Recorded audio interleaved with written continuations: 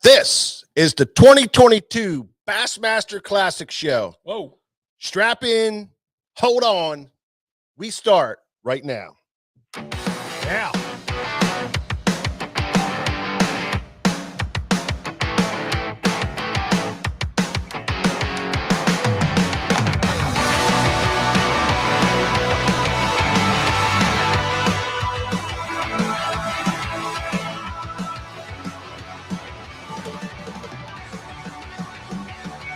Hey. Scott Lockoff, how you doing, buddy? WB Jones. What's up, WB Jones? Scott Lockoff, what's going on? Mark, how you doing? Man, oh man, it's Classic Week. Time to go. It is Classic Week, man. It's exciting for us. I know we're jumping up in the air and going crazy over this thing. Can't wait for tomorrow. David Schottelmeyer, how you doing? Raymond, what do you say, buddy? Mario, how are you, pal? Jeff Riddle, what's up, Tammy? How you doing? Man, thanks everybody for stopping in. To Tackle Shop Live. I'm Mike, this is George, and the return of CG Gottwalt. The ghost. He's back. He's back. Yep. And of course, we have cameraman Nick. How you doing, Nick? Good. How are you guys doing tonight? Excellent. Mike Barr, how you? Warren, what's up? Ben the Buck Hunter's in the house. What is happening, Ben the Buck Hunter? We were just talking about you. Clifford Ruck, how you? Conway Hayden from the St. Johns River. Oh, I Conway. bet you it's not going to be 19 degrees down there tonight. You're lucky, man. You got some good weather down there. It's going to be cold as a bugger up here. Good weather and big fish. The nice thing about this, though, is we got a little snap, and then it's going to be like on a warming trend for at least a week. Yeah. So, Corbin, you better get your boat back soon. Well, I mean, I got some kitchens to do while it's cold, and then after it gets warm, I'm be up in the house. You know what I'm saying? Right on. Getting ready. Right on. So this is the show that we've been waiting for. This is the Bassmaster Classic show that we're going to go over, and we're going to get that started here in just a minute. Just want to remind you guys to get on all of our social media sites: Facebook, Instagram, not Twitter, TikTok. And YouTube. We have some great stuff going on each one of those channels. You want to make sure you get on both of those just for that reason, because we do different things on each channel. And you definitely want to sign up for our email list, because our email list, we do coupons and we do special things on that also. So make sure you get on it all. Coupons? Coupons. Oh. Did I say coupons? No. That's how they say it up in Wisconsin. Yeah, so you want to definitely get involved with all of our social media, so you guys are hooked up, like I know you always are, but just in case, get on everything. Colin Linton's checking in from Nomad in Australia. Nomad from Australia. We're gonna be talking about some Nomad tonight. We got some information on some Nomad. We're gonna be talking about that big time tonight. So absolutely. Thanks for stopping by, brother. We appreciate it very much. So Mike Hayer, how you doing, buddy? What's going on? Well, let's get this thing going right now. We're going to start talking about the Bassmasters Classic. Yeah. Man, Bassmasters Classic, the biggest stage in fishing, hands down. Oh yeah. Is the Bassmaster Classic stage. Yeah. It put bass fishing on the map, and everybody strives to beat that one, and which is impossible to do. It not only reaches to the fishing aspect of it too, but also the tackle side of things. The Classic is just so huge that they're using it for big tackle show, and they always have these releases during the Classic. Yeah, I mean the tackle manufacturers use the the classic outdoor show as like a mini public ICAST show. Exactly. So it's where And there's a lot of excitement. I mean, and they roll out the big booths and oh yeah, the Star Power and oh yeah, and they the industry's kind of created a second time of the year to release new products. Yeah, I mean, it's a big deal. I mean, the classic is life-changing for anybody who gets in it. It's something that you'll remember forever. You'll have that, as a notch in your belt if you make the classic. I mean, it's not an easy thing to do, so it's a pretty cool deal for that. I know George, he's been lucky enough to get in there twice and fish the Bassmaster Classic, so he has that experience under your belt. Luck had nothing to do with it. I'm just saying. They was eating the black and blue jig on those days, Bobby. I mean, I think in honor, since it is Classic Week, can we give George a round of applause and just reminiscing on him getting to the Classic twice? That's ridiculous. We know this wasn't easy to do. It's not an easy thing. It's really hard to do, but that's ridiculous. But it's something that's a notch in your belt. It's something you'll remember for the rest of your life. And if you win a thing, I mean, there's only been 49, I think, champions. Yeah, it's a very small elite list. Club. It's a very small list, and we got Hank Cherry, who won 2 back-to-back, and he's working on a 3rd. So this could be really life-changing and 3 in a row, history-changing, because nobody's ever done it. There's been, I think, 4 people who've won 2 back-to-back. Won 3. Rick Clunn was one of them. Kevin Van Dam, Hank Cherry, Jordan Lee. Yep. Hey guys, real quick. Oh no, Roland Martin. That's 5. Roland Martin never. No, won a not Roland Bassmasters Martin. Who's the other guy? Jimmy Houston. There's one other guy I think it did. Maybe 5. Bill Dance. Anyway, somebody will come up here and tell me. So real quick, we are very fortunate enough to have George here, and I know he don't like to talk about himself very much, but George, take us through the preparation and just what it was like to be at the Classic for you, because we don't know. Yeah, it's a big deal. I mean, the first Classic that I fished was way back in '94. We didn't have internets and cell phones and internets. It was that was a different one because it was like I hadn't been fishing that long. I mean, as far as hardcore tournament fishing. So that one kind of snuck up on me. But the prep was pre-practice trip, tremendous amount of map study, which is something I want to talk about more in future Tackle Shop Lives, because I think that is one of the most underrated important things of fishing. Whether you're studying a paper map or just sitting in your boat and scrolling through your Garmin or your Lowrance, your Humminbird, looking at your Lake Master charts or your Navionics, just because of it. Really, I do a lot of map study, but for that tournament, I mean, I had High Rock Lake like almost memorized, as far as if I got onto something, where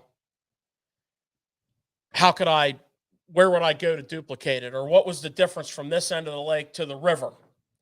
And there was some history on that lake because Denny Brower had won the Classic there up in the river. So that was the big thing. And then, of course, the pre-practice, which was, I think if I remember correctly, it was about a week. There was a pre-practice period that was like a week. And, just fished the whole entire lake. Now, the electronics situation was quite a bit different. My boat was rigged with flashers. I got one question. I fished flasher on the front, and I fished a flasher on the console. And I believe I had a paper graph on my boat. In the Classic, we fished in identical Rangers. So Ranger was the sponsor, and they sent you a sheet. It was all by mail, and you filled out your sheet, how you wanted your boat rigged. You know, I rigged my boat with a hand control motor guide trolling motor, 2 flashers, and that was it. That was how we rolled, because I wasn't planning on fishing too deep. Who was better at using the flasher, George? You or Dover Fresh?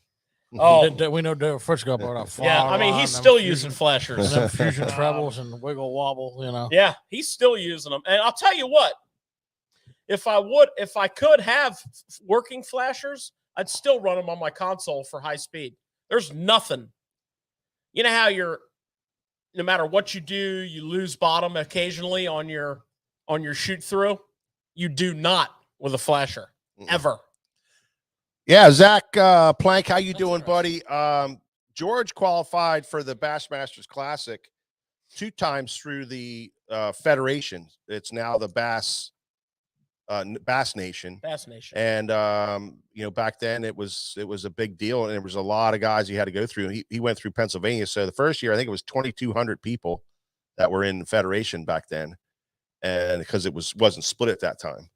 And so that's how George got into us, was through the Federation, which was pretty cool. And then he qualified again, and 10 years later in 2004, and fished that tournament. But I think what Nick was kind of alluding to, George, was the excitement of it and how nervous you were, and what was. I got baptized on the first day of my first classic. On the first day, I got baptized. Okay. Because I drew boat 1. Oh, really? I was boat 1. I forgot about that. And Bernie Schultz was boat 2. Oh. And Bernie came over and he pointed, which way you going? And I said, I'm going right up that bank, as fast as this Ranger will go. And I dropped the hammer, and then he dropped the hammer, and he decided that he was going to go that way, but he decided to come up on this side of me and dangerously cut me off. And I was like, hammer down, baby. And we went right through the rooster tail. And I looked over at my press observer, and I said, I just been baptized in the classic, baby. And we rolled. And so began the relationship of George and Bernie Schultz. Yeah, I got the opportunity to fish with Bernie on Lake Erie, which was pretty cool. In the last elite where they had co-anglers, and I talked to him about that. He's like, I don't remember anything about it. Yeah. I'm like, well, you baptized me in a classic, man. Cut across, and I ate your rooster tail. Yeah, so drop the fishing rod and let's go at it, buddy, right now. Oh, I loved it. Oh, I think George went at it with a Screaming Eagle spinner. I loved it, man. Bernie, you gonna learn today. I freaking loved it, man. I just that was great. So here's my question for you, George, and Mike, you too. Obviously, George, when you were at the Classic in '94, right? We know Fat Cat Newton was back-to-back Classic, 1980s, his whole spiel, right? But from 94 to 2004, right?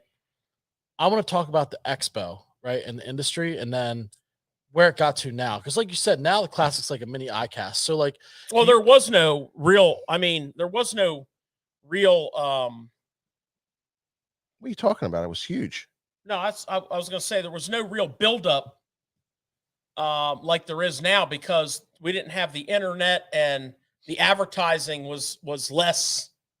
It was still friggin' huge. Oh, the shows were great. The show was gigantic. That's kind of what I want to know. Like the product. No, it's it's still even back then, which was, I don't even know how many years ago, 94. I remember walking into the show, and my jaw just dropped and hit the floor. There was a Ranger in a pool. They set a pool up, and they had a Ranger floating in this pool. And right next to it, they had a Ranger like cocked up in the air on a jack plate on a stand. And, the idea was that they came up with this new transom, like this transom that's so strong. It was unbelievable. We had this boat like in the air, held on by 4 bolts. Like this, the whole show. And then there was a Ranger floating on this freaking pool. That was the VS. And that was just one display. I mean, it was one after another. Everybody was trying to outdo themselves, because back then there wasn't an internet, so you got to see it at But these the kind build of up before, the thing. but the build up to the show was not like, I mean, No, it was you know, now it's like just teaser videos and they still had Bass Times back in. You know, Bass Times was was kind of new, and it was you got all your information through that. It was pretty important there. And you know, back then they it was a lifetime member deal where you know you can get in as a lifetime member, and you know, and then they wine and dined you at the show there for that. So it's just, you know, I guess the point that I would make is, you know, it was as big as, you know, back then as it is now. And well, the only classic that we attended other than the 94 and the 2004 was we went as spectators to the 91 in Baltimore. right. And that show was Spectacular. huge. Spectacular. It was huge. Yeah. Now today's show is like, you know, it's morphed into just if you've ever wondered what the ICAST show is like, which is the industry trade show, so to speak. If you ever wondered what that was like, because it's closed to the public and it's Orlando, Florida most of the time, go to the Classic, because that is a miniature ICAST. You know, when you walk around the Classic and you see Daiwa or Shimano or St. Croix or Megabass or Spro, you get the point. Those are the same booths that they take to ICAST. Now, they might make them a little bigger at ICAST, and they might have a little more dealer related, you know, they might carry every product that they make down to the littlest, most insignificant thing. They're not going to do that at the Classic. They're focused more on their A products, but that's kind of what it's grown into. I mean, it was you know, back in the 90s when we went, it was you look forward to it because of it was the only way to see stuff. Yeah. Jason Shea wants to know if Corbin was even born in 94. hey. We have a show. We have a rating on this show, and all that I will say is, you guys heard me say it a lot, but Shay, we'll talk about that in private. But the answer was yes. Actually, in 1994, I was already on the path to greatness. I was bailing out my town of Hanover in the blizzard, running around. I was actually 6 years old, 5 years old, depending, and chasing my kindergarten teacher around. So yeah, Shay, joke's on you, brother. I was around. You know what else was always cool, guys, about the expo part, and I went to the Pittsburgh one and went to quite a few since, is to the public, it's always free. Yeah. You know, you get in there, you have a good time. Now I'm sure the vendors pay and all that Oh stuff, man, they pay out they the nose. bleed the vendors, man. but it's an awesome time for anybody that does go to the expo. Yep. Well, you know, that's the thing. And anybody who's anybody in the fishing industry is there, you know, so you're bumping into, when you're walking around, you're just bumping into everybody that you could ever possibly imagine. All the writers are there, all the photographers that you see, you know, George was a great follower of a lot of these writers, you know, that he talks about all the time. And you know, you're able to see him and talk to him. And it's just a neat, if you're in the industry, that's where you're at this week. You don't miss it unless there's something wrong. You know, it's everybody's there. So I would recommend, as soon as Tackle Shop Live is over, jump in your truck and cars and drive to South Carolina. Yeah. You're going to be looking for a little lake they got down there called Lake Hartwell. Let's talk about Lake Hartwell a little bit here. Let's break this tournament down, what we think is going to be going on and what guys are talking about already. There's some scuttlebutt out there. Well, let's put it in perspective. The lake, the playing field. It's freaking giant. So if you took every lake in Pennsylvania, for example, Does that include Erie? we're Pennsylvania based. So, you know, if you took like all of our lakes and stitched them together into like arms and a main body, Hartwell would be bigger. Well, you know, you say that, and you know, people don't realize it, but I was coming back from Georgia one time, huge. and I was on some road, and I saw a sign, Lake Hartwell, and I over a bridge. Oh, there's Lake Hartwell. Cool, you little piece of it, and driving, and you know, 10 minutes later, you're over another bridge, Lake Hartwell. Going a little bit farther, maybe another 10 minutes, you're Lake Hartwell. I went on for like 35 minutes. I kept driving over this. I don't know if it was going around. Maybe it you or were what. going in circles. No, this thing is gigantic. It's a huge lake. Did you ask yourself, Mike? You're like, excuse me, sir, which way to Lake Hartwell? Yeah. I mean, geez, they got a lot of water to fish down there. Hey, as you guys see how big it is, what kind of fish are going to play? Is it just largemouth, smallmouth? Do they have all spotted? Spots and largemouth. Okay. Yeah, Yeah. definitely. The scuttlebutt is inside information is that some of these fish are moving up to spawn. Now the spots obviously will spawn first, but there's basically, it's the Savannah River impounded, but at the top there's two rivers that come together, the Tugaloo, and I think this one's called the Seneca. I can't read my own writing, but I think it's called the Seneca. Yeah. This one here is traditionally a little warmer than this one here. And one of the lessons that we can take from this as students of the sport, all of us, traditionally on these kind of lakes, the spawn progresses from south to north. Yeah. So the lower end will usually be much clearer. And in this case, Hartwell is a very clear lake in the lower end down by the dam. Yep. So that your spawn will transition from the dam end up, and the scuttlebutt is the Seneca arm. I think it's Seneca is warmer, so they're gonna bank right. I saw somebody was on here that said they were from Lake Hartwell, so please correct me if it wasn't the Seneca. I literally can't read my own writing. Guarantee he's going to the show. Oh yeah. So probably the spots in most cases are the ones that are spawning early, but the deal on this tournament that what I've heard from talking to some of the pros that are not fishing it, as well as past history on this lake from other events that were held in a similar situation. There'll be a few largies moving up to spawn as well, and these guys are your sight guys are going to be they're going to be you're going to have. I feel as though you're going to have, and we talked about it earlier before we started tonight. I should say we all feel that there's going to be like 2 to 3 major options. Because there's only 40. How many anglers? 50 anglers. 53 yeah. Yeah. So, I mean, a normal elite field is 95, 94, Yeah. So this is like basically cut day, the first cut day on an elite. So you got, and a lot of the locals will respect the classic and not fish. So you got 50 guys with enough water to hold 600 tournament boats.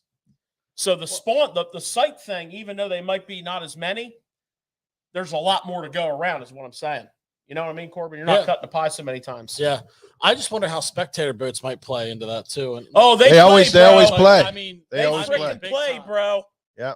Let me tell you, in that 94 classic we talked about earlier, here we go. I was making a move. George was all the way trimmed up. I was making a move. I'm not gonna, by Bernie. I had a tough God beginning. bless you, Bernie. Day one was tough, and I was relocating. Yep. And I'm running down the lake, and here comes a wall of boats coming my way. I'm talking all of them. It was David Fritz making a move on his home lake, and everybody within 100-mile radius of that lake was out on their boat following him. I had to stop. I was cranking the old Just pose. stop. Yeah. I had him on the pose, on the fire line, on the flasher, fired up. I had to be there by 10:30, and I said, George, you in the wrong direction. I said, my Ranger, your Ranger is the same thing, but there's only one room for the greatness of the flasher, and that's in my boat. And they followed me because they were trying to figure out how to graph the Marianas Trench out there, and I'd love all you on. And I just showed them to go with that tight little wobble, and how'd that work out for you, George? I'll tell you how it worked out. I went around the corner after the the entourage went through, and I Mhm. pulled in my little creek, and I pulled up on my little brush pile, and I threw my Pose 400 out there, and I caught a 5-pounder. Oh yeah, well, guess what I did? I was out there. I threw my Pulse 400 out Then I there. threw up about 3 times. Well. I mean, I got my own snickerdoodles out. And I had me some cookies, and I put my flash, and I rolled to the next spot. Yeah. I think the spawn, the thing about the spawn too is some of these guys, they could come in with a big giant bag day one and then struggle, because maybe fish aren't going to move up anymore. There's not that many fish up. So it's going to be a when we were picking when we're going to go over that, when we were picking our winners for the tournament, you were thinking, who's a good sight fisherman, who's a good deep water fisherman, who does this good, who runs electronics good. And I don't know, man, it could go both ways depending on the weather. So it's going to be really interesting when it comes down to the actual pattern that really dominates it. That's an interesting point too, because if you're really dialed in and you had a great day on spawning fish and you don't think there's enough for the next day and you have a backup pattern, yeah, and you're that guy, it could be. Yeah. I mean, so pretty let's awesome. talk about it. You got sight fishing. You've got the guys that are just, running points and banks and kind of shallow fishing, but not really sight fishing. Then you got these deep water guys that are still going to be fishing these fish that haven't moved up yet or getting ready to move up, or we don't really know what's going on. And you got those guys that are going to throw the the underspin guys. You got there's a whole couple things, and me and George wanted to say, I think the last classic down there, the underspin played a huge, was a huge deal down there. Well, yeah, I mean, was that where Casey Ashley? That was kind of where it was put on the map. Casey Ashley played that underspin to a win, right? Yeah, he won it. Yeah, he won. Oh, okay, yeah, he did win. He played that underspin. Yeah, to a win. On those staging fish. It was a lot colder. It was a lot colder then. But hey, George, so you're breaking the lake down. There's one more thing we need as an audience that doesn't know this lake. What kind of structures are we going to be fishing? Or, well, this is an interesting lake because unlike the Pennsylvania Fish Commission, the South Carolina Department of Game and Fish and DNR go all out, okay, to provide phenomenal fisheries. They have biologists. They cultivate the lakes. I mean, it's beautiful. It's beautiful. And one of the things they have, Nick, that this lake's famous for, you'll hear them talk about, is cane piles. Okay? So what that is bamboo. Panda. Okay? So they go around and cut all this bamboo, they cable it together, and they sink it like a brush pile, and they're known as cane piles. And this is a blueback herring lake. So the blueback herrings were introduced in this lake, and blueback herrings are, pelagic. They're wandering school fish. They feed on plankton and they go with the whims of the tide. So the current is wind driven or generation driven, and they just roll with it. And these spots have adapted to the herring. This is what you have to understand about a herring lake. These spots and even the largemouths have adapted to following the lunchbox, following the frickin' line. Whoa, wherever they. So here today, gone tomorrow, and suspended. That's why this lake is famous. This lake is absolutely famous in post spawn for a topwater bite. Yeah. And a fluke bite, a super fluke bite. Yeah, big time on the super fluke. And the donkey rig. Because of these fish are just wandering around with these shad. Hate that. Hate that. So it makes That's it very, tough. very challenging. So, primarily the cane piles are your offshore form of cover. They're all over the damn place. And of course you have everything else that except for grass. No grass. No grass. Michelle Renee, thank you so much for the stars, bro. We appreciate that. So what else? What else are we what else are we doing here with that? I mean, what else is working? Like what is up with that? Well, let's talk about this. Let's talk about this underspin. What is the underspin? I mean, it's kind of popular now. Everybody kind of knows about it, but No, I do. I think more people are aware of it, yeah, but a lot of people aren't using it. A lot are, but a lot aren't. So this is an underspin. And don't confuse this with a belly weighted hook that has a blade. Okay? right.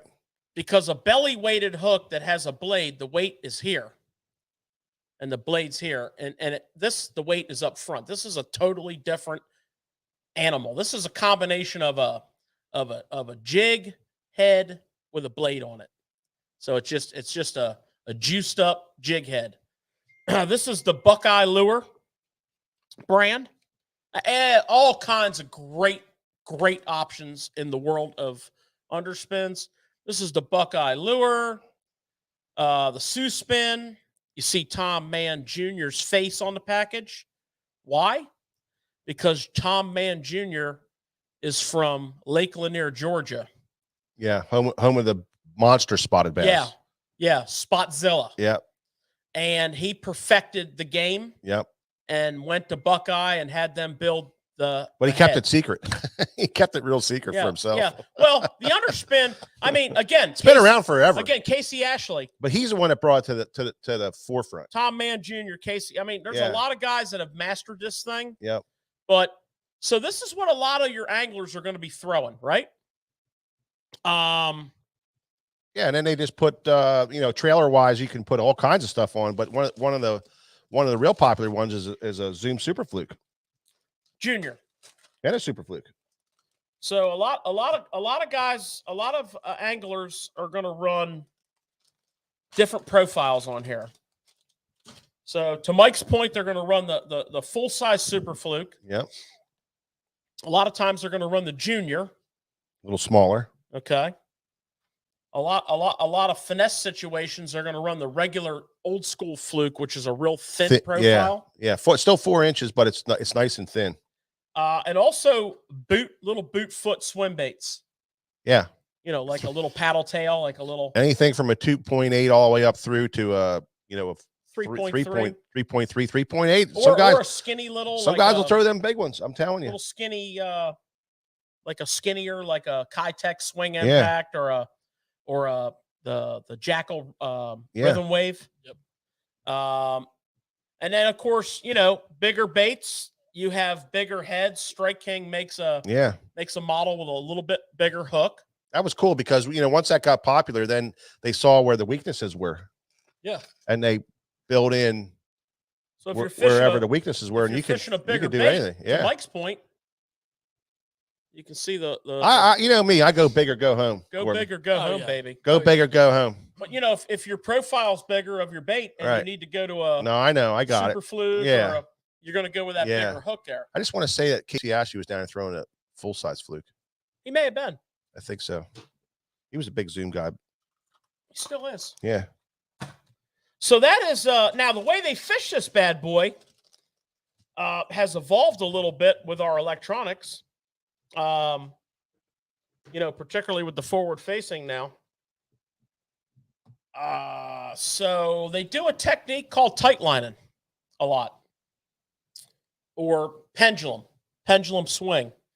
So they'll cast out and they'll let this thing swing on a fairly tight line on a pendulum back towards the boat. Yeah. Above the fish. And of course, the most common way to fish it is to cast it out, count it down, and slow roll it back. Yeah. But either way is very effective. And what's interesting is in shallow water, we have used this occasionally, very effectively in shallow clear water in the spring when the bite got tough. Mhm. We have occasionally used this river fishing and what have you Yeah, in you can shallow hit- water. Yeah, So it's a player. it definitely is It's a definite player, and it's going to come into play. big time. This is one of the key baits you're going to see the guys that are looking at the forward facing, that are fishing over top of cane piles, that are fishing suspended fish or staging fish.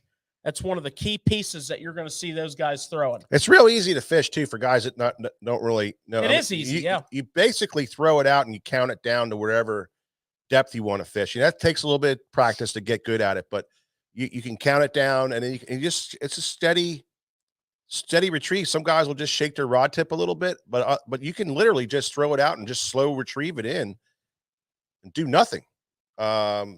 Sometimes you can just throw it out and pendulum your bait, figure out your cast, throw it out to a certain distance, and let it pendulum right through the school that way. They have a thing for that down there. Tightlining. And so it's not that difficult to fish it. It's especially you can fish it in wind, you can fish it suspending fish, you can hop it on the bottom. Some guys hop it on the bottom when they're close to the bank and get in that situation, but it's pretty easy. It's not a very technical thing to fish at all. So anybody that hasn't fished it and wondering what do you do with it, it's as simple as throwing it out and reeling it back, really. Well, lighter line. Yep. You're not going to fish this on real heavy line. You're probably going to fish maybe a max of 10-pound fluorocarbon. Yep. And you'll see guys throw it on a spinning rod on 8-pound test also. Mm-hmm. Yeah, it's definitely a finesse thing, but it's got a big draw. Sure does. It's got a big draw. It's a very effective technique. And of course, your weights are going to go from a quarter all the ways up to 3/4. Yep. And typically in this event, you're going to probably see the 3/8 being the sweet spot. Yeah. Right? Oh, yeah. These fish aren't going to be super deep. Ben the Buck Hunter said herring are like a dozen extra crispy wings. Hey, he ain't lying about that. I'll take the wings though. Well, that's how good it can be fishing over herring. If you get boom. If you get it right. Yeah, so the blueback herring is ultimately deciding where your fish are going to be. Yeah. It's like to have them all pegged down in practice, and then the wind changes direction, and they're like, "We gone, vámonos, muchachos." Yep. All right, so guess what else is going to play this week? From one extreme to the other. Well, this is something that I don't think anybody really thinks about. This is definitely off the radar screen. This is a North Carolina thing. I mean, if Zach and a Bird South was in Carolina, this, this is I'd be the like, Carolinas. Oh, yeah. This is where the Carolinas. They kind of own this technique right here. Preach it, brother. Yeah, they own it. All those reservoirs down there, man. They fish this like crazy. This first of all, this is called a floating worm. Mike, I have to ask you this question. Oh God. What's the number one top quality that you look for in a floating worm? I look for one that sinks real good. Thank you. Yeah, has a good sink rate. I was hoping you weren't going to say one that floats, because the last thing you want when you're fishing a floating worm, quick story, is a worm that floats. Quick story. Quick story. I remember this like it was yesterday. 1990. There was a guy by the name of Danny Joe Humphreys. And he just was on fire, and I think he was fishing a federation tournament, and he won it. He did. And he won it on a floating worm. He did. And this technique was crazy. We were like, what is this? So right away, George was like, and he found out, I gotta get me one of them. He found out what worm he was throwing, and he calls down to this guy and orders this gigantic box of floating worms. And we wait, and these floating worms show up, and we're like, oh my gosh, this is going to be great. We open it up, we bust it out, we're looking at them, and back then we had a tank in our shop, you could take lures and you could see how they look. George takes them out of the pack. He says, oh, let's check this out, Mike. He throws it in the water, it sinks right to the bottom. He goes, what the hell is this? He's throwing it all in the box. These things don't float. And he put it in the put it back in the box. And he calls the guy up. He's ripping the guy a new one. And the guy says, what are you talking about? He says, well, things don't float. He says, you never fished a floating worm before, did you? And we were friends forever. And then we've been friends forever. Yep. Yeah. So what this bad boy does is this calls them out. This calls them out. And what you're going to see happening when you're watching 24 straight hours alive. Well, what I'm going to see happen when I'm watching 24 hours alive. Yeah. You're going to see this bad boy being cast up on docks. Yep. Now, keep in mind, a lot of these floating docks are suspended over deep water. There's a jillion of them too. You're going to see guys cast this up onto a bank where you can actually kind of see the bottom, and they're going to twitch their rod, and they're going to let that thing sink for a couple seconds. And then they're going to twitch their rod, and they're going to let that thing sink a couple seconds. Yeah. And this will draw them out. A lot of times they'll roll on it, and they'll miss it, and then they'll pick up another rod, and they'll throw a follow-up bait of perhaps a wacky rig Senko or a Texas rig Senko or Drop shot, maybe. a drop shot to Corbin's point there or whatever, and catch them. A lot of times they'll eat this. Yeah. But a lot of times it'll draw them out, especially when they're spawning. All right, George, here's my question. Because all the viewers at home are probably thinking, why would I do that if I can throw a fluke in the same area? So, like, what There's makes... no comparison to the way the profile and the way this thing falls. And it's kind of like when fish are in that spawn mode, it's a weird time of the year. Yeah. A little, you might even see a big, long, old school bomber that the lip's been modified on to wake it. Okay. Because a lot of it has to do with having this fish show itself. Yeah. Okay? Find it. This worm right here is going to be in play. Yeah. And they just use like a 5.0, worm hook in it, or a lot of guys Even use as small as a 3.0. Yeah. And they use a straight shank a lot in those. And a lot of times, the way I like to fish a trick worm, floating worm, is I like to rig it with a 3.0, and then I like to go about that far up the line, and I like to put a barrel swivel, a little number 7, just like I would Carolina rig with, barrel swivel, to give it a little extra weight and to get it to sink a little bit quicker. And there again, the way you fish them is you do actually just twitch them, and a thing just undulates. The whole thing looks like it undulates. Yeah, definitely. It has this really weird tail kick to it, and it just, just pop up and just let it sink, let it go, I'm undulating right now. We're gonna have to Google that word. Nick, this is two techniques that we're talking about that are going to play, in all likelihood, big. Yeah. That are two of the most obscure techniques in fishing. The floating worm is no longer in people's vocabulary. Yep. Okay. Now, the thing about the floating worm, Nick, is everywhere you go, without exception, this worm plays. And I'll give you some examples. Oh yeah, thing plays well. So we're talking spawn, obviously. So everywhere you go in the spawn, this plays. But in the hot dog days of summer, on tidal waters, on a high tide, when the bite is terrible. Yeah. You take this worm and you go on high banks where that water's being held back, or it can't flood up into the marshes, and you skip this up underneath anything that's providing shade, and just twitch, and let it sink out of sight. Yeah, I've had some good days on the tidal water with it. You'll see it come back into view, let it sink back out of sight. Crazy worm. Obviously, you'll fish it in the prime tide also, but it's a weird ass worm. When you get that dead time, they shouldn't eat that thing. This technique is big. And George, this technique doesn't get talked about much, like you guys said. It really doesn't. So for those that don't know how to use this technique, what kind of rod and reel are you using with this thing? I use a spinning rod. Yeah, I mean, I can't say that all the time I use a spinning rod. Pretty much all the time we use a spinning rod with it. And My but I caught fish in grass with that thing, throwing it on clump grass.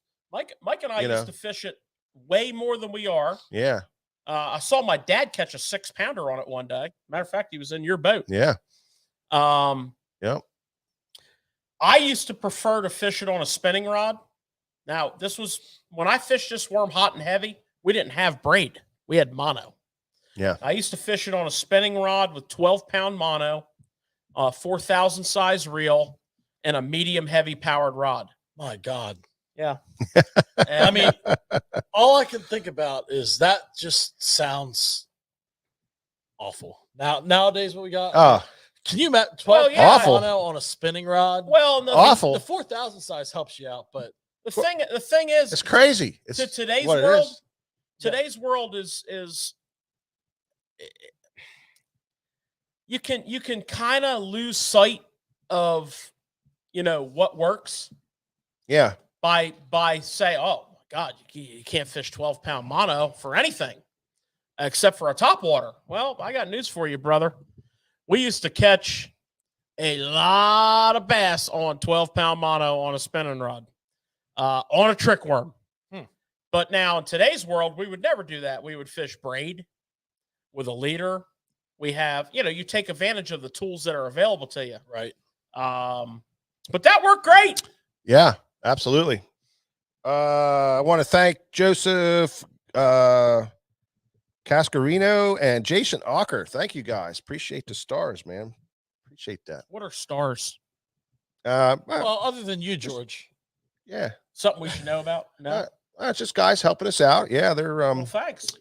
yeah, they're you have the Yeah, so opportunity to do it. Yeah. We rolled out like 2 off the wall techniques here that are going to play. And and for anybody who doesn't fish them, Corbin, maybe you should start doing it.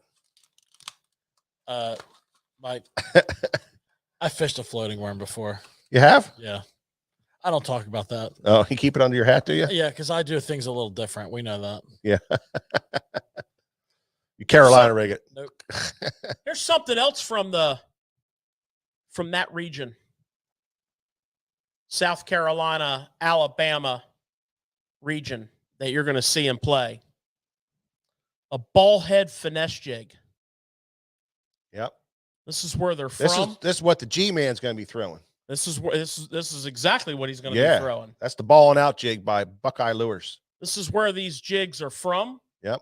This is where they were made. Yep. The Carolinas, Didn't the shaky Alabama. head? Wasn't the shaky head from that region too, George? Yeah, absolutely. Yeah. Shaky Shaky head. head started in Alabama. Yeah. Guy that made that famous back in the day was Fred Taco Bland.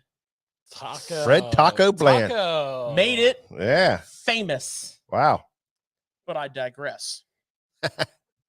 So this is a ball head finesse jig, and you're going to see this jig play in the Classic.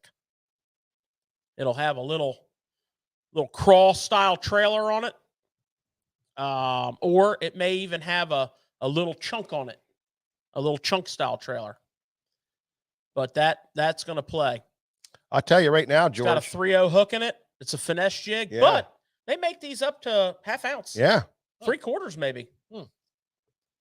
So Is that where it started? I thought it started out in Missouri. No, the ball head finesse jig started in the Alabama, probably on the Coosa River for spots. I wanted to say Missouri. I don't know why I was thinking that. Now, of course, it's Everywhere now. a player. Yeah, it's a player. It's a player. I've had some good success on the ball head jig. I can't quite figure Look out at this. Look at what this. makes it different from like other finesse head styles.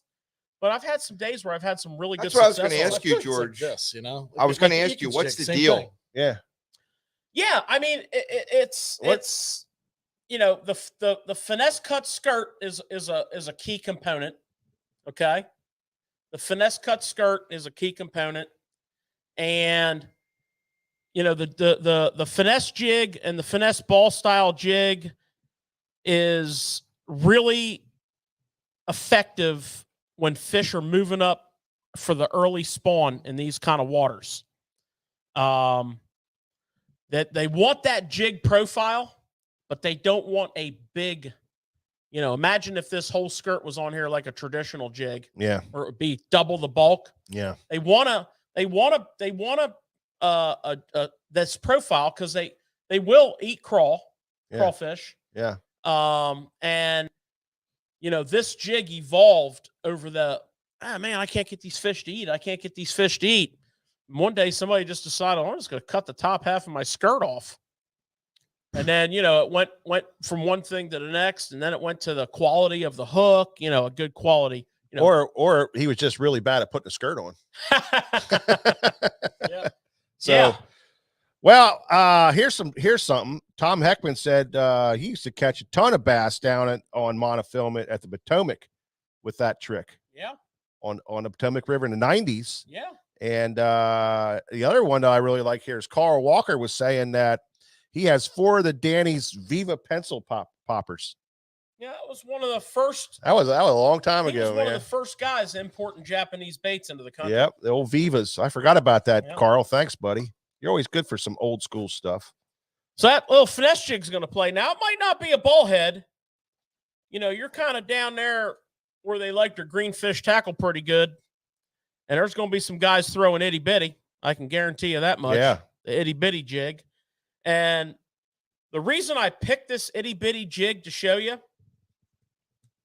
something else that's kind of key to early season. What finesse. trailer do you like on that jig first before you jump over there? As I was saying on the ball head, your number one trailer that you're going to see was the small crawl. Yeah. So you're going to see a lot of guys putting like a small, like a baby rage crawl. Yeah. Or maybe a max scent 3-inch chigger crawl. Yeah. Or maybe anything like that. Yeah. Ultra Vibe speed crawl. Now the other thing you're going to see, I think they'll use that Ultra Vibe too. Just bite it down a little bit. Bite it down a little bit. The other thing you're going to see maybe is some of the old school guys putting a little chunk on there. Ooh. Like a small salty chunk. Or all the new pork that just came out. Ding, ding, ding, ding, ding, ding. We got a winner. Now, the other thing, Mike, that's from that region, pre-spawn, early spawn, particularly when the water's a little cool. And the reason I grabbed this jig, this is the itty bitty but this is something we can all learn. Early season like this, the importance of living rubber. Living rubber. Round. As opposed to round. Is that round rubber? Yes, round rubber. Round rubber. Now, the color selection's a little limited on round rubber. There's probably 3 colors left in the whole world. Yeah. But, the guys over at Greenfish tie their skirts with wire. And you'll notice this has that finesse cut. Yeah. This jig is kind of an alternate to the ball style. But it's very, very important in this early season, again, because of the profile. But this rubber is more spindly. Yep. We talked about the Buckeye Mop Jig a couple weeks ago. Yeah. And we're going to talk about that again. Yeah. In the future. Oh, yeah. We're going to do a whole Mop Jig segment. But this is kind of like emphasizing the importance of the living rubber in this early season jig bite. So, and again, you have a 3/0 hook. Yeah. You're going to fish this on a medium heavy rod. You're not going to go to a big heavy cranking stick, jigging flipping rod. You're going to go to a medium heavy rod. You're going to go somewhere between 12 and 15 fluoro, 5/16, 3/8 ounce. Yeah. Little crawl or a little chunk. Yep. And this is going to play. Yeah. That's a player. Tom Mills is saying a DNL baby finesse jig. I couldn't agree more. That's a great one. Yeah. That is a good jig. Dance. Except for one thing, Tom. Gets snagged in every piece of wood. That jig is allergic to trees. It breaks out and snags. I mean, I love the DNL jigs. I do. I got boxes full of them. I've been fishing DNL jigs forever. But man, that little baby finesse jig is it's a rock jig, man. It ain't no wood jig. Yep, absolutely. D-Mac, how you doing? Dan Swaggart, how you doing, pal? Vince Dart, how you doing, buddy? Appreciate everybody stopping in tonight. This is Tackle Shop Live, and we are talking the classic right now. and some of the patterns that may play, and some of the baits that are going to play, and Must-haves. And now I think we need to move to. Well, we're also learning a few things about fishing these baits. Yeah.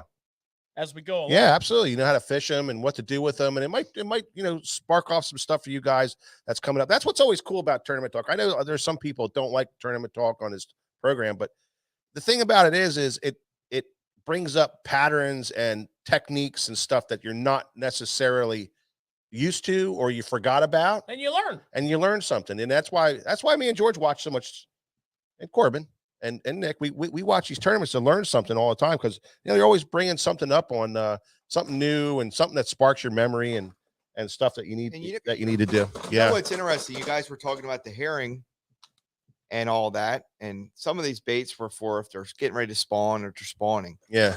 But when you said they're herring, right away I thought of the forward view. Yeah. And that's going to be a player, I think. Oh, absolutely. Oh, yeah. Absolutely. I mean, go ahead, Corbin. I don't see how it doesn't play unless your name is John Cox. Right. I mean, he might be using a different kind of forward-facing sonar, probably his eyes. His eyes, right.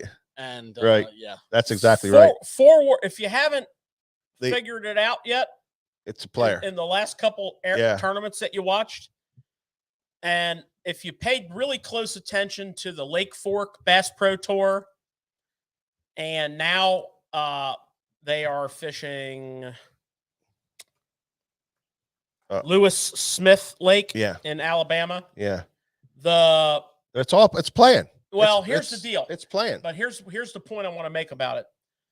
Forward-facing sonar is extremely easy to use in deep water. Right. The picture is clear as a bell. Right. The fish stand out. You can just wave your trolling motor around, and anything that blips that's not attached to the bottom is a fish. When you get into shallow water or a little dingy water, you get a tremendous amount of static interference. Yeah. And less separation. You can tune it out to a certain point, but it's there. Yeah. And the weakness is the shallow water. The strength as an angler is learning how to read that in the shallow water. And that these last two tournaments proved. But forward facing sonar. Well, on this lake, it's has changed the game. Yeah. On this lake, it's going to be a huge player. And people like Walters, and some of these guys that really are big hammers on that. I mean, they're going to be players in this. The Johnstons, all those guys, because these guys that are fishing deep water or suspended fish, which just everything doesn't spawn all at once. There's waves of fish. So we're that's why I said it's going to be interesting to see. But so you're gonna definitely have those guys, and it's going to be talked about because everybody's doing it right now, and it is working like crazy and game changer. But the guys who are figuring it out in shallow water are really making it happen. Well, that's the next frontier. That's definitely it. So the next bait that we all decided was going to play, of course, plays in every tournament held in the world, is a suspending jerkbait. Yeah. And that one looks a little different than most. Yeah, well, this is going to segue into something else we're going to talk about, but the suspending jerkbait on suspended fish. Yeah. It's just like, peas and carrots, man. That just goes together. Even those pre-spawn fish moving up. I mean, that's what they're going to eat. They're going to eat it. Yeah. I mean, a lot of fish now are going to get caught this week on suspending jerkbaits. So now we got to talk about whether or not, Corbin, this is going to be a history-making classic with Hank Cherry going for number 3, because he is a jerkbait chucking son of a gun, and he's really good at it. Really good at it. So, well, I mean, the jerkbait guys, right? Yeah. Hank Cherry. Yeah. Patrick Walters. So at these Patrick Walters. I mean, Brandon Palaniuk. Yeah. It's gonna be interesting. I mean, a lot of them. It's gonna be fun. I got my own theory on that, but I'll talk about that in a minute. I predict. Got your own theory on jerkbaits? You predict? No, I predict the jerkbait wins the tournament. That's my prediction. There you go. You heard it first here. It's definitely going to play, bro. Cameraman Nick spoke the word. He called it. Jerkbait's going to win it. Well, there you have it. Well, speaking of winning it on a bait, it's it has a very good possibility in a lure manufacturer's world to change their world. Oh, yeah. Sometimes the winds come on like generic baits, like a couple years ago, but you win it on your brand of bait. Yeah. B. Lester. Yeah, I mean, your stock just went up. Yep. Your stock just went up. So, it's a big deal. And a lot of these pro contracts have bonus money, incentives. Yeah, like clauses, like if you win the classic on this bait, we're going to cut you a check for. We're going to buy a house, $100,000. You know what I mean? Corbin, Mikey, Sammy says, "Welcome back." Oh, thanks, Sammy. Yeah, thanks. That's great. Yep, we got Corbin back for at least tonight. Who knows? Might be back next week. Who knows? It's all good though. Hey, I mean, I'll be back.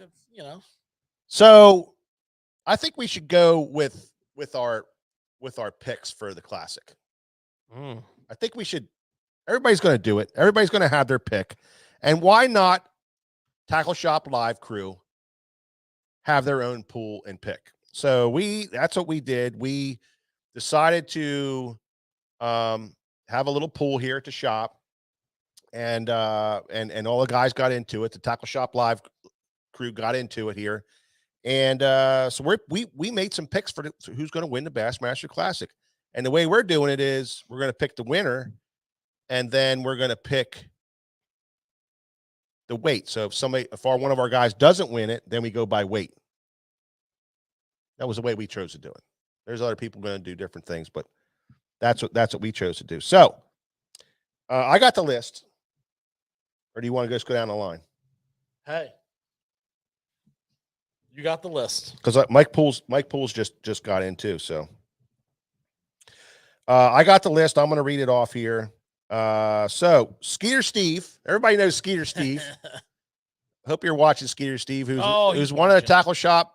One of our tackle shop guys here at the store. You guys come in. Everybody knows Skeeter Steve. Yeah, he's the legend of the line. You come in, legend of the line winder. You come rolling up in here when Skeeter Steve's working. You'll see a big smile and what can I do for you? Yeah. You'll be like, what's happening, brother? Everybody knows Skeeter Steve. So Skeeter Steve went Jason Christie, 5111.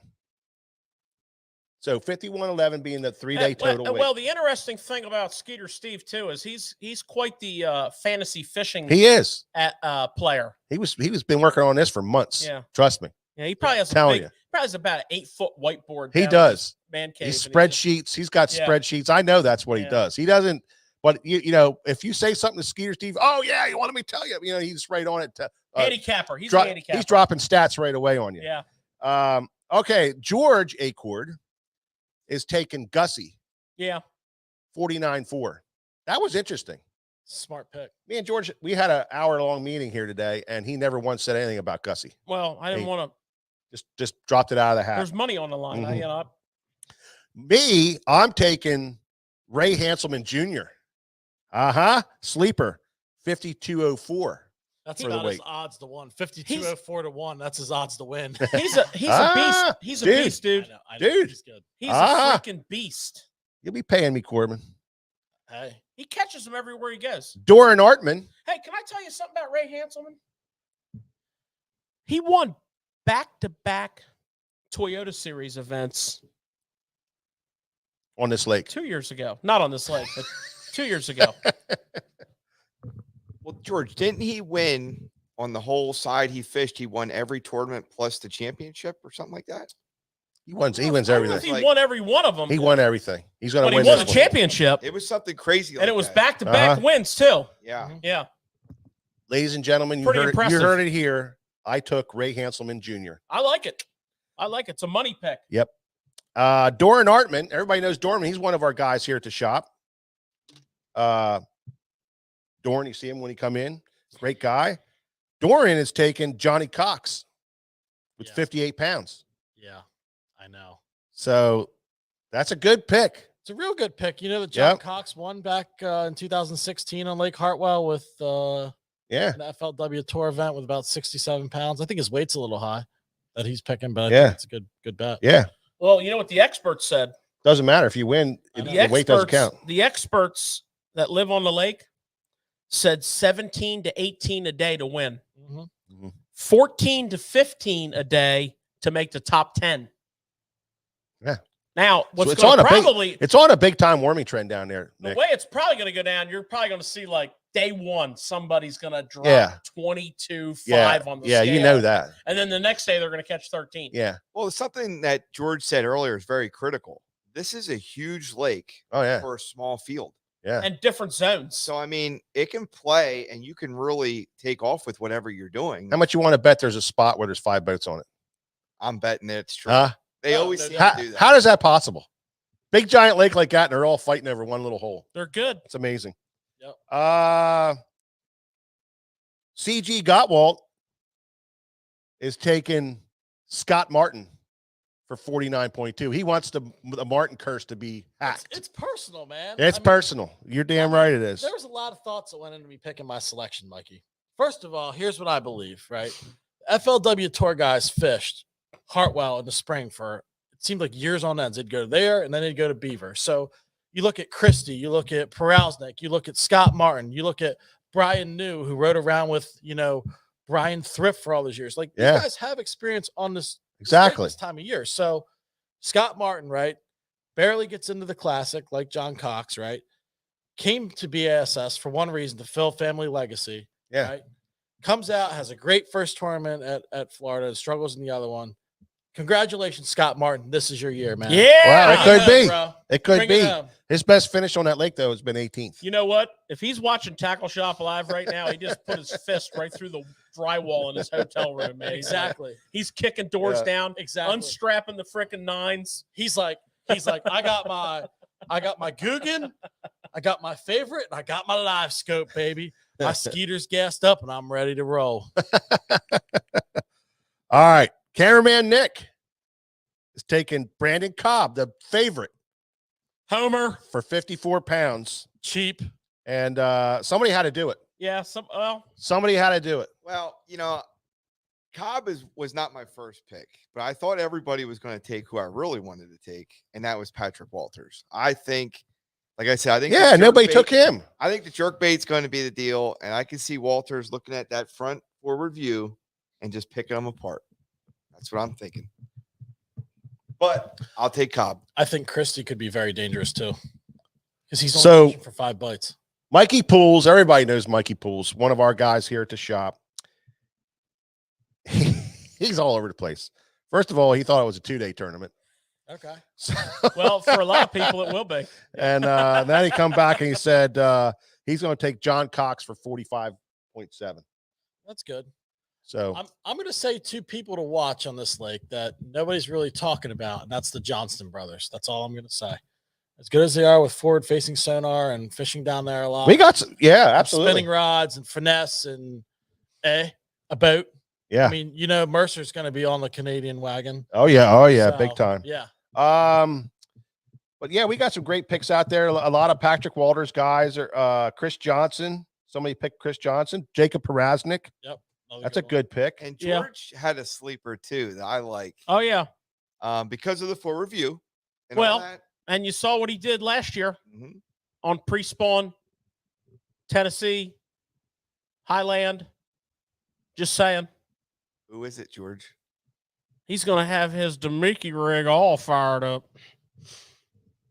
Yeah, so that's kind of getting us into And Caitlin's chiming in. Uh-oh. Because she didn't get her pick. Uh-oh. She's taking the real life Joe Dirt for the win. On On him. No. Fighter. She's taking Fighter. Oh, well, that's a good stout. pick. That's stout. Yeah, Seth I Fighter just for don't the know win. how Autumn's going to be able to fish with that fur coat on, man. This guy is off the charts, man. He showed up at that party and it was the greatest outfit I've ever seen. A full long mink coat and a hat. Well, did you guys hear what he did at his first classic? Yeah, come Yeah, out with that. we didn't hear it. We saw it. He came out with that same coat on. No.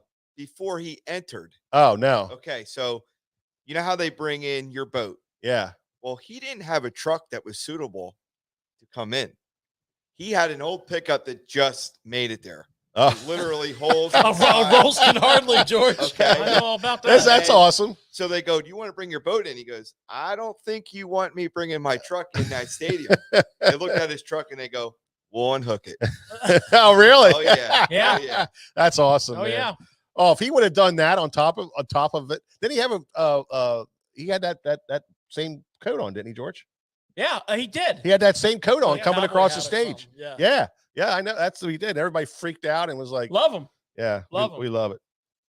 So yeah, that's a little bit of a breakdown on the lake. What We we think got our what we picks. think's going to play. Yep. The baits are going to be with some of the patterns. And now we get on to the fun part, because I mean, let's face it, if you go to the Classic, Yeah, you're going to the outdoor show. and you want to see the latest of the The greatest. problem is there's a whole lot of people around here and a whole lot of people watching that can't go to the outdoor show, Yeah, and they're not going to see the product launches. What are we going to do? What are we doing? we're going to show you some launches, and We're we're on going the Outdoor Classic show right here, right now, with the product launches that you're going to hear about tomorrow. Woo! Right on.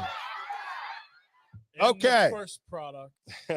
Well, that's exactly what we thought. We were like, why not? Why not show everybody what's happening, what they're going to be launching tomorrow? All these Well, it's companies, exciting. there's things that we don't have the product because it's not available yet, but we have the announcements, and we're going to give you some of those. Yeah, well, some of the companies,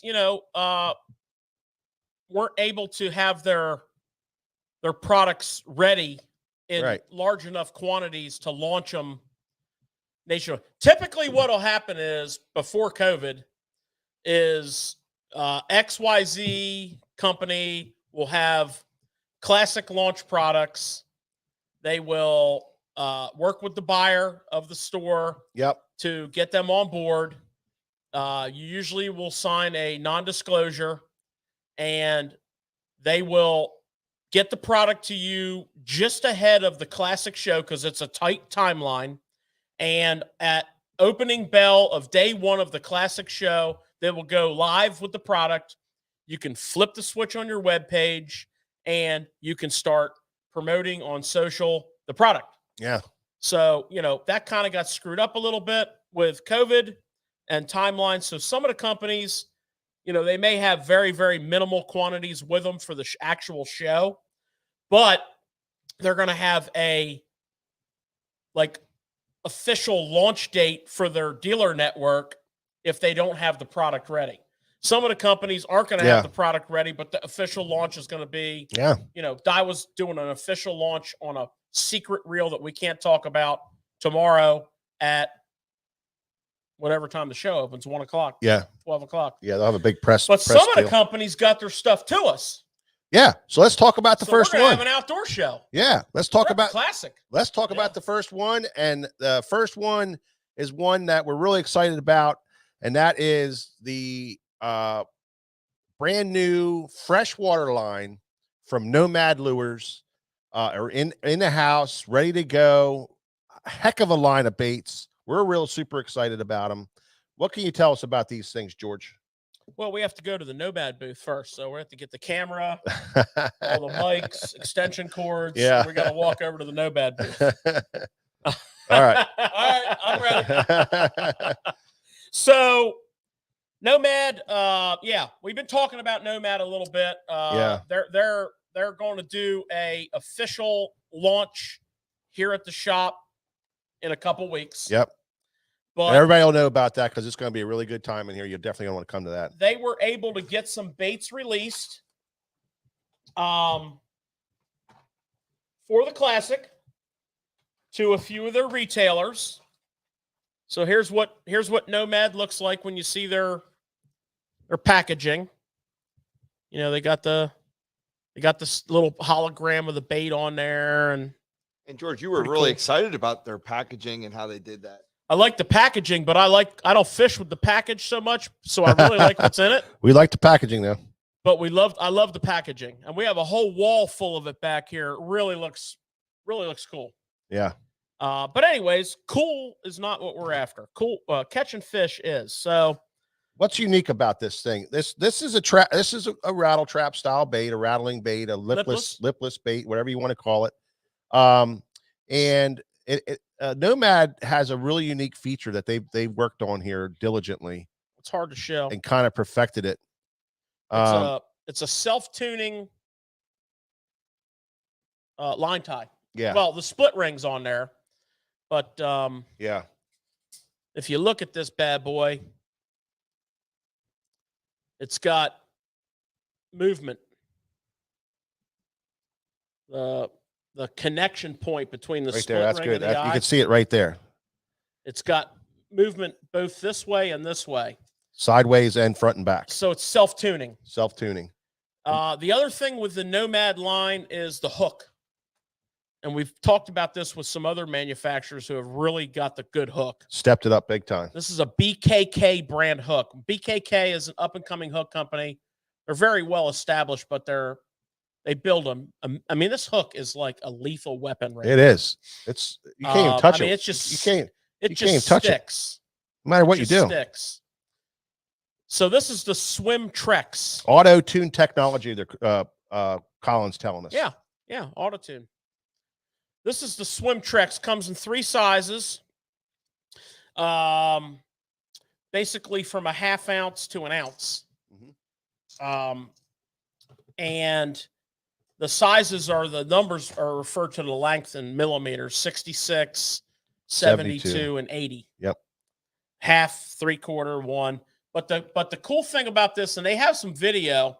I don't know if it's up on their website yet, but when you let this thing fall, and we quite often talk about dead sticking, but when you let this thing fall, it doesn't, like a red-eye shad falls level and swims beautifully like this. Our favorite Uruku falls down like this and swims. This thing wanders on the way down. It just kind of wanders its way down. So it's they have a really good video of showing this thing swim. So that's the Swim Trex, and that's going to probably be one of the baits that really makes a lot of noise for them. Particularly out of this shop. There we got it up on the. Yeah, there you can see it how it wanders. Yeah, it has a really crazy. Yeah. Pretty cool stuff. Yep. So also jerk baits. So they have 2 sizes of jerk bait. This is called the Shikari.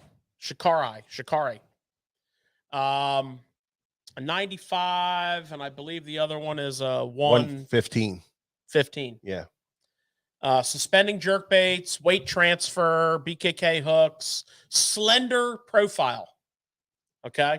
One of the things that caught my eye on these was the slender profile. I've had some really good success in tough conditions on a Lucky Craft slender pointer. Oh yeah. That's a great bait post spawn. So it really caught my eye there. Excellent post spawn bait. Moving on from the jerk bait, we get into a category that everybody likes. Square bills. Got the square bill. And they did things a little different here. The traditional size square bills, a 1.5 and a 2.5. They went just a hair under and a hair over. So you got some different profiles. Yep. Our man, GDP, Greg DePalma, is on the Nomad National Pro staff, and he gave me an earful about the square bill. He really likes the square bill. Yep. So that's their Atlas. Mm-hmm. Atlas square bill. Okay. Full range of colors. Yep. That red. Look at that red. That red's fantastic. Yeah. Look at that red. See, that was the big thing. We A lot, like red, I like don't we, red. Corbin? see, a lot of these Corbin says, I like red. a lot of these companies come out with these baits and they just don't nail the colors down. But and that was one of the big things was with them was nailing these colors. I mean, they absolutely nailed these colors. Nice Tennessee shad. Yeah, they're beautiful colors. They covered all the bases. And they put great components on there. And these baits, I'm telling you, are legit. Now we're going to go to one of the most famous lures of all time. Uh-oh. Named after one of the most famous humans of all time, the greatest man to ever live, the toughest, meanest, nastiest. You want to measure ally, the Chug Norris. Yes. That's right, the Chug Norris. What a great name. Now that is a definite throwback from a saltwater old school popper, downsized into a bass size bait. Can't tell you much about this bait yet, but we are topwater junkies. Yep. So we will auto-tune technology our way on this. We'll be back with full reports on if it walks, how it spits, what it does. Stay tuned on that. And while we're on the topic of odd topwaters, we have the Dart Wing, which is It's like a pencil popper type bait. pencil popper style, pop and mouth style. Yep. Some kind of Darth Vader looking helmet on it. Colin's telling us it does walk well, the Chug Norris. Chug Norris walks well. Mm-hmm. I mean, that Dart thing wing. right there looks like a cobra. If you look at it from this way. Yeah. It's like, Well, I got news for you on this Dart Wing. This Hartwell Lake in post spawn, Yeah, they're gonna eat that. that Dart Wing is going to play big time. Great for blue herring lakes. Then they have the Maverick. This is interesting as heck. This is another odd original, and one of the things that Right. you know, we carry a vast array of brands in here, and there's a lot of Me Too. Yeah. These baits here, these Chug Norris, Dart Wing, and Maverick are anything but Me Too. Yep. Now I was told, I have not fished this yet, but this is a very nice suspending, erratic kind of a jerk bait. And you can swim it also on a steady retrieve. Yeah, and it only goes, I think it only drops down to like 5 feet of water. Less than that. 3 foot of water. It's like a slow, shallow water bait. Whoa, hang on. This Hang on. This is what I'm most excited about in this line is these crankbaits. Yeah, so our man Greg, about a year ago, maybe a little over a year ago, we saw the first version of a completed crankbait and some other baits from them. And it was close, but it was definitely no cigar. Right. This is the deal, man. now I haven't thrown it myself. None of us have because water's been a little hard. Well, what we like about this but our bait, boy Greg yeah, has been talking about the ease of crank, but yeah, the but wobble. am I right? Yeah. I can go. Yeah. Okay. They have, and the thing about this is an 18-foot diver bait right here. The little one is. Yeah, the little one. And it has that little body. It has that little small body. And you don't see that a lot. You know, a lot of these, and this one here is a 24-foot diving bait. And look at how not massive. And look how small the body is. So it's a different profile and it's out there. I think it's unique because it's different than what's out there. It's just a little different. The sizes are different. The depths are different. You know, and that's what I'm really excited about. It's that bait right there. We like it. Very, very good. But the proof will be in the pudding. yep. Yep. Because this box will be going in the boot. Great over colors. the course of the year, and we will be revisiting the Nomad product selection, which we all seem to like. We've had our display up now for about a week, and we have to restock the pegs. So our man Matt has built a beautiful web page for Nomad with all kinds of awesome technical data for you. Yeah. Because he wanted to get ready for the Bassmaster Classic Outdoor Show Auxiliary Edition as well. Well, we've been really busy trying to get this stuff together for everything. So you know, there's a few things that we're not 100% on, but we got her nailed, brother. Love that. Corbin, what booth are we going to next? Well, George, I'm gonna check this one off the list. And then what time we stopping for lunch while we're at the show? Because you always got to get a hot dog. I don't know. This might be a different type of show than what I hear. I hear ICAST. You guys stop for bourbons, cigars, 5 stars. Well, if you plan your day right. Yeah. I think the next booth we're going to go to is Shimano booth. Oh, snap. This one here, boys. This is going to hurt. Get your credit cards out. This one's going to hurt. Spray them down with some silicone spray. Because we got in the house Ready to roll. the brand new X-Pride rod line. All but 2 models and close to 100 rods in stock. And the 610 medium is one of them. Yep. So this is the all new redesigned X-Pride everybody's been waiting for. I honestly can tell you that picking the rod up, the first thing you're going to notice right away is the weight. It's definitely lighter than the other X-Prides. That was the first thing we noticed right away with that. So I noticed on the 7-foot medium, for example, the taper is a little more crisp. A little truer. A little truer taper. Yeah. But the big thing is, and it's still the same basic blank construction. You know, it's high power X. It's infinity tape. Yep. Okay. They didn't mess with that because that's what made the rod famous. But they added the monocoque handle. Yep. So the monocoque handle is a carbon shield that fits over the rod blank and amplifies vibration. Yeah.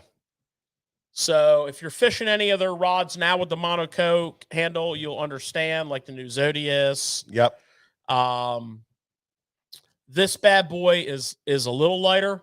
It's so I mean, Actions are beautiful. The price didn't change much. This 7-foot medium is $279.99.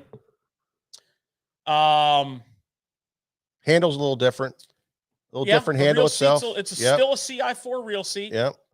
Beautiful rod. Beautiful It's got tapers. a little bit of a nice tapering cork foregrip. They brought out some new models too. They brought out a bunch of new models. They got rods for everything now. So if you go to our web page, you can get the specs on them. I mean, this is a 7-foot medium spinning rod.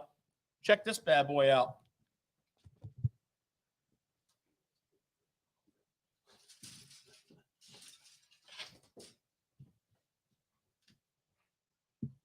So they have a full line of rods. Yeah. That will do a full line of swim baits. So here is an 8-foot extra heavy.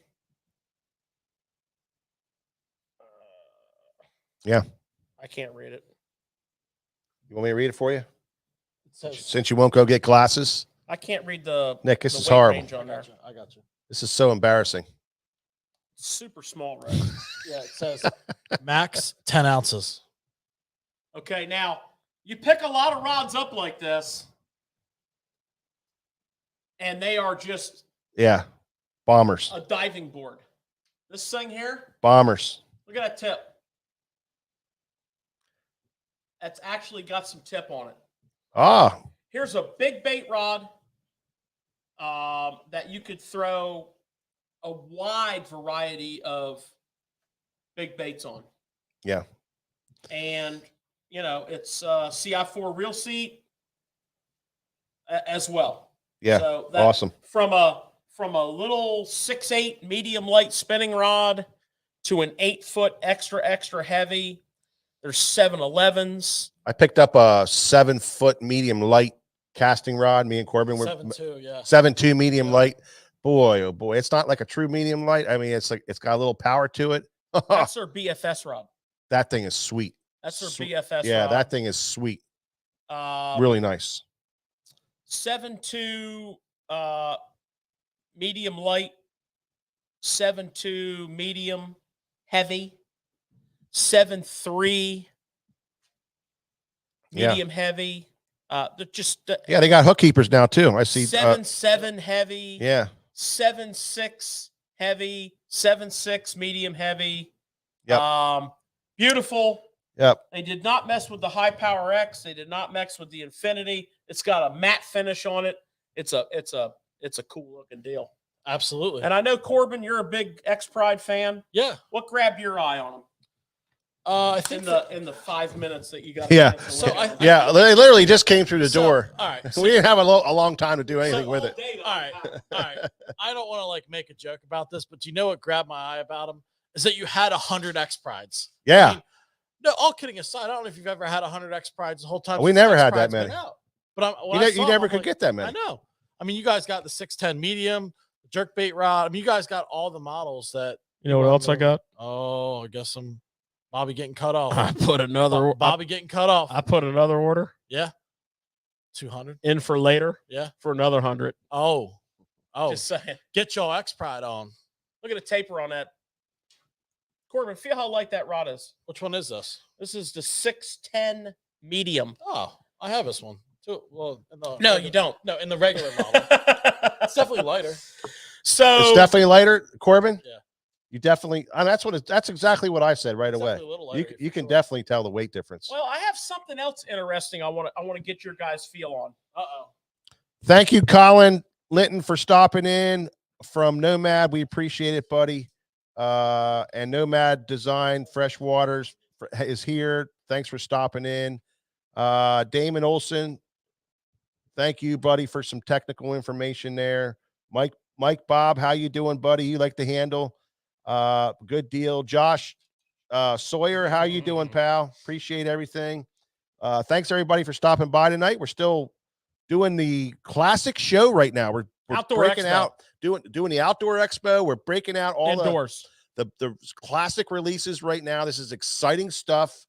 We just went over Nomad and did theirs, and we're busting into this X Pride, the brand new 2022 X Pride release is going on right now, and they hit a home run with this rod. You guys got to get one of these in your hand. You got to see them. You got to feel them. It's unbelievable. They really did well with this. What do you got, George? Look at the model number on that. Oh man, look at that. 70 MGB. You know, what do you think that G stands for? You kidding me? Is that a For glass George? rod? For George? So this is an X Pride glass series. Wow. There's a 610, Wow. a 7. For all you A cranking 7.2. glass guys, Medium man, heavy. there it is. There it is. Nice, huh? You Yeah. can get it in your famous rod, your best favorite rod, the X Pride from Shimano. The only thing I like about Shimano lately is when they upgrade something, they do it right. They know where they have to tweak it. They know where they want to go with it, and the new technology that's available, they put it in the rods, and that is really something cool that they do. $279.99. So you're basically Yeah. $269.99 to $299.99. Still one of the greatest values out there, and that's why the X Pride's been so popular, because, and we talked about this before in the show, it's a rod that you get a ton of product for the dollar, and our customers figured that out very quickly, and that's why you can never get them, because the people found out about how great it is. Quick question for you guys. So you probably have, people out there that they love X Pride. They can't wait to get their hands on these. But you probably also have guys out there that never used an X Pride.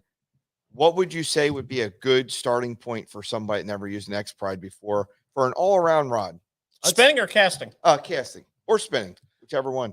Well, I would say call into the shop and talk directly to Mike or George, or come into the shop and visit us and go from there, because that's a great question. But somebody may have different rod needs or wants or whatnot. So without kind of knowing what they're looking to do with it, we don't want to steer them wrong. They're very, very versatile. But for me, I think that, you can't go wrong with a 7.2 medium heavy, a 610 medium, in a spinning rod, a 6.8 medium, a 7-foot medium. That's where I would start. What about you, George? Anything? Yeah, I would. I mean, if you're looking for, it depends what you're looking for. I mean, this rod range, as we stated earlier, goes from a 6.8 medium light spinning rod to an 8-foot extra heavy casting rod. So it's really going to depend on where you're at. If you're just wanting one rod that you could do many things with, and that's what you're looking for, I would probably get a 7-foot medium heavy casting rod. Yep. That's about as generic. That would be a great rod for throwing a spinner bait, a chatter bait, a small jig. Just a very multi-purpose rod. Very, it's a Swiss Army knife kind of a rod, right? Yeah, that's a good all-around rod. Bob Schaefer's asking if they're going to be around for very long. If you want one of these rods, don't wait around. The problem is, I hate to say it, that's just the way it's going to be. It's just something that's in this day and age, you know, they come in and they go out, and then you don't really know when the next batch is coming in. So, and they won't give you dates, and we can't forecast it. You just don't know. There's no idea. So in this day and age, when you're a tackle buyer, like you're out buying tackle for yourself, then you see it, buy all you're going to need for that for a long period of time, because you don't know if you're going to see it again. You just don't know. I mean, we're going to get more X Prides. We are. Whether or not they're in here in time for that, because this batch right here, I don't see very many of these being around. Yeah. There's been more people calling and asking and visiting. Yeah. And chasing down. And I mean, every day, all day. So what you guys are saying, if you want it for your first tournament, which is coming up shortly, real soon, you better get on it. You better get on it. I'm telling you, it's amazing. I mean, it seems like 100 rods is a lot of rods, and it's not. It's not a lot of rods. Not when you divide it up over, I don't know, 15, 20 models.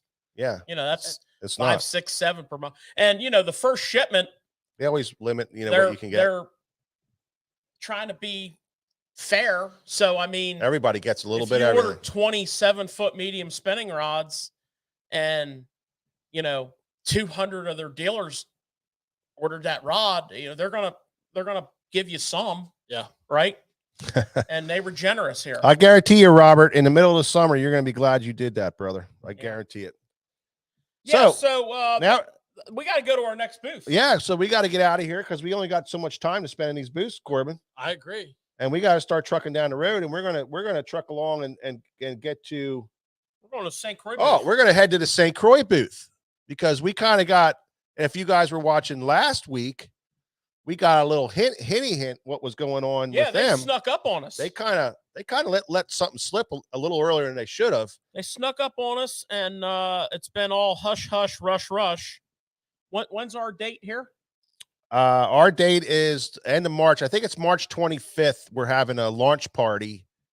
25th or 27th, right around in there. Don't worry, you guys will know. And that's why it's important to get on all of our social media sites, sign up for all of our stuff, because between now and the end of June, we have a lot going on, and it's really cool stuff. We have a Nomad launch party that we're doing. We've got and then we have the St. Croix. Can I say it? Oh, you may. Legend tournament has been redesigned, revamped, and some really cool stuff happening with that. We got them all coming in. We're going to launch that beast here at the shop on I think it's the March 25th or March 27th. Well, St. Croix is actually coming in here to do, and they're going to be here to do the launch. The rods are going to be here. Yep, that absolutely. Would be embarrassing. Rods are going to be here. There's a bunch of models. So this is one of them ones we can't show you, because they just launched it at the Classic. They only had limited rods to take to the Classic, and they're going to give it all to the dealers at the end of March. So everybody's going to have their batch. So we're going to have it. We're going to have a great time in here. Well, we did with that. Just the other day, we did manage to see 2 of them.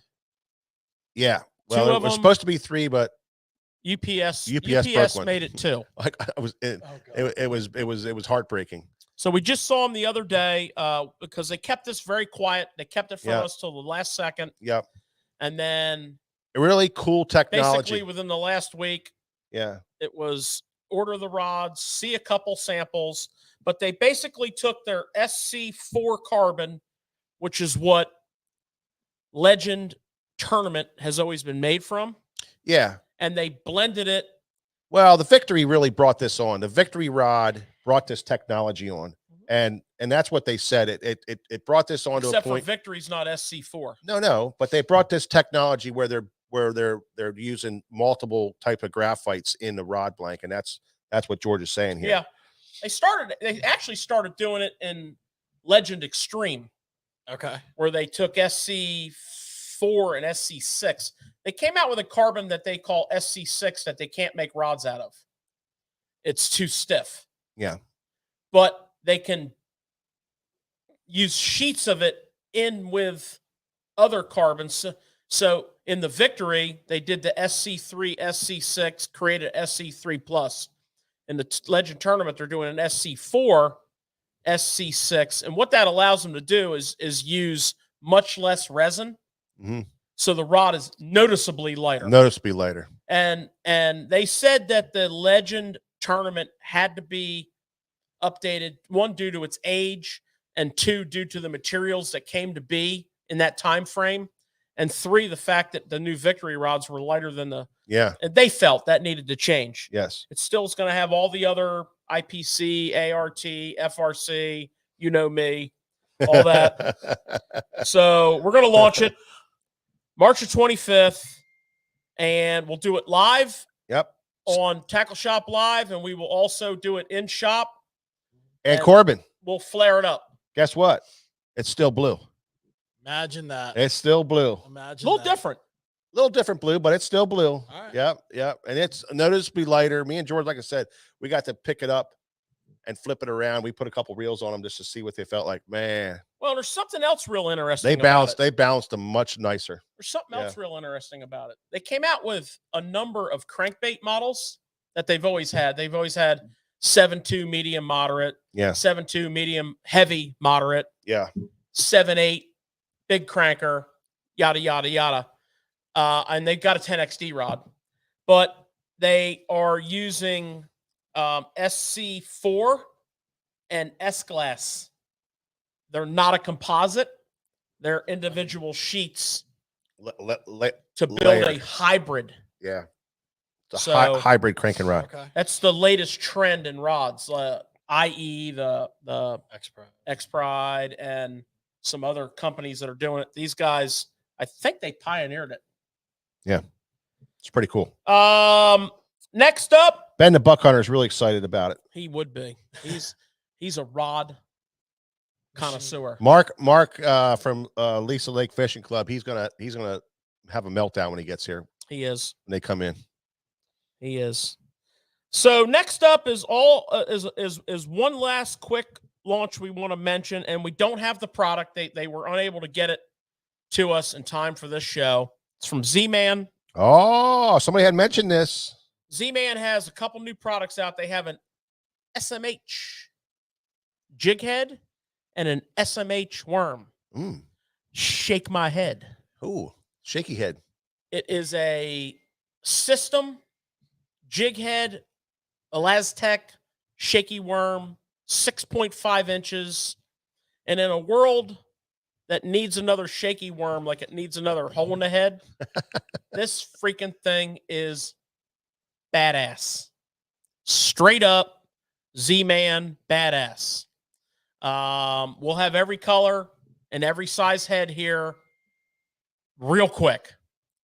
They also have been working on a project that they've done, like involving the public in the building of it. Yeah, over the source, the over design, the course of a year. yeah. It's called the Goat Toads. That's a really cool story on that too. Yeah. And It's basically a frog, a toad. it's like a horny toad style bait, but they started with like 4 or 5 different designs, and like they've gotten input from pro staff and general public and dealers, and basically their goal is to make the perfect horny toad like style bait. Yeah. Rivet frog. And I'm pretty excited for this one. It's gonna be pretty cool. Oh yeah. Yeah, it's a good looking bait. Looks real good. Can you imagine putting that on the back of like your Boogerman buzz bait or your greenfish tackle? Maybe. Buzz Yeah. bait? You know, assuming the Elastec and the It's ability- a little big. yeah. Yeah. I mean, It's a little big. Sure. I'll tell you, for just swimming it as a toad, It is the bomb. Well, I mean, you could get your multi-tool out and hack and whack and modify. I mean, Yeah. that's what you do. Yeah. So that's the goat toads. It's, Yep. it's designed to be, you know, buzzed over top of vegetation. It floats, so you Yes. can stop it on a blow up, and it's not going anywhere. George, And we will address those baits when they get here. you know who else I think is really going to like the goat toad? Snakehead fishermen. People that fish for snakeheads. Indestructible. I know. Indestructible. So Yeah. So last but not least, because it's time to wind this show up hard. We have gotten in a pretty impressive selection of world minnows back in stock. Yeah. Not all the colors, Nope. but both sizes, decent quantity. They should last for another couple days. We also have another shot of Vanfords. So if you're looking for a Vanford, Yep. we got a pretty good shot of them. World minnows, Back in stock. yeah. So, and I mean, we're not going to get on the list. There's just Yep. you need to take a road trip and come on out here because and out in the warehouse right now on a skid is to be handled tomorrow is all of the new Jackal that was being introduced at the Classic tomorrow that we can talk about starting tomorrow. But there is a whole bunch of new Jackal soft plastics, swim baits. So Son. that'll be up and running very shortly here at the shop and on sfttackle.com. Yeah. And it's classic. Go time, 24 hours streaming coming up. Boys, We're going to be here at the shop. We're streaming it out here in the store. If you guys come in, we'll have it up on the big screen, watching it. can stand around. And then Saturday, if you're not doing anything, come on in. We're going to be here watching it, cheering everybody on, and doing our classic party thing that we do here. So that's going to be a good time. Yep. Well, welcome back, Corbin. hey, I'm glad to be back, man. Glad to have you here. It was Cameraman fun. Nick just went out and warmed up his truck. He's leaving right for Hartwell. Cameraman Nick was threatening big time. He didn't make up his mind. Are you any closer? I am pumped up. I think I got to do it. Cameraman Nick is one of the greatest road warriors ever. He told us today, he said, I don't know, man. I got to go. And we're like, what do you mean? What do you mean you got to go? He says, I'm I think I'm going to go. going to go to work tomorrow, and then it's time to go. Here's what you do, Nick. And you'll work all day and then jump in your truck and drive Yeah, down I there. don't care. I Here's gotta what go. you I do, gotta Nick. go. Call your boss. Okay. Here we Tell go. him there's something wrong with your eyes. Yep. And when he asks what, tell him I just don't see myself coming to work tomorrow. That would be awesome. I like that. But yeah, you know, Mike, I think it's time. I can pull There's that going to be a with lot mine. going on. You heard that one. Yeah. You got to be involved. You got to get in there. And I tell you, Nick, I applaud your youthism and your ability to be able to do that. But Yeah. I would probably kill me if I went and worked all day long, jumped in my truck, drove 10 hours. And then the thing about that show is you don't stop. Well, if I was with George, it wouldn't stop because everybody would, it would be like, hey, you guys got to come, you got to do this. And we would probably get 3 hours of sleep the whole Yeah. weekend. It'd be crazy. Then, Sleep when you're dead, Mike. and then- Sleep when you're dead. and then you know what will happen. Then the classic's over and everybody's like, oh, we're going to party. And then you have to go to all those after we got to go to classic Ike's parties. party. You got to go to Ike's party and all those guys. I I mean, mean, We got to go to Yeah. Ike's party. it'd probably kill me. I'd like to do it though. I'd make a run at it. Nick's driving. Oh, man. I'll get the 35 quart Engel stocked with the appropriate beverages. We'll have a trail there. Nick, and do you home. mind us smoking cigars in your truck? No. Ha! Michael McCabe, how you doing? Did they discontinue the Aska? Yeah. Yes. She gone. She gone. So thank you, Andy Garrett, man. Thank you, pal. Appreciate it. Benjamin Feezer, thanks, buddy. Appreciate it. Appreciate you, pal.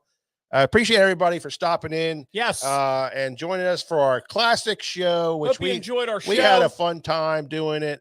Love talking about the old stuff, the old Do days. not sleep on the merthiolate trick worm.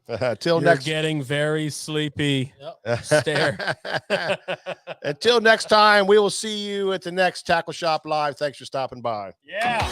Yeah. Get the picture of my dilator.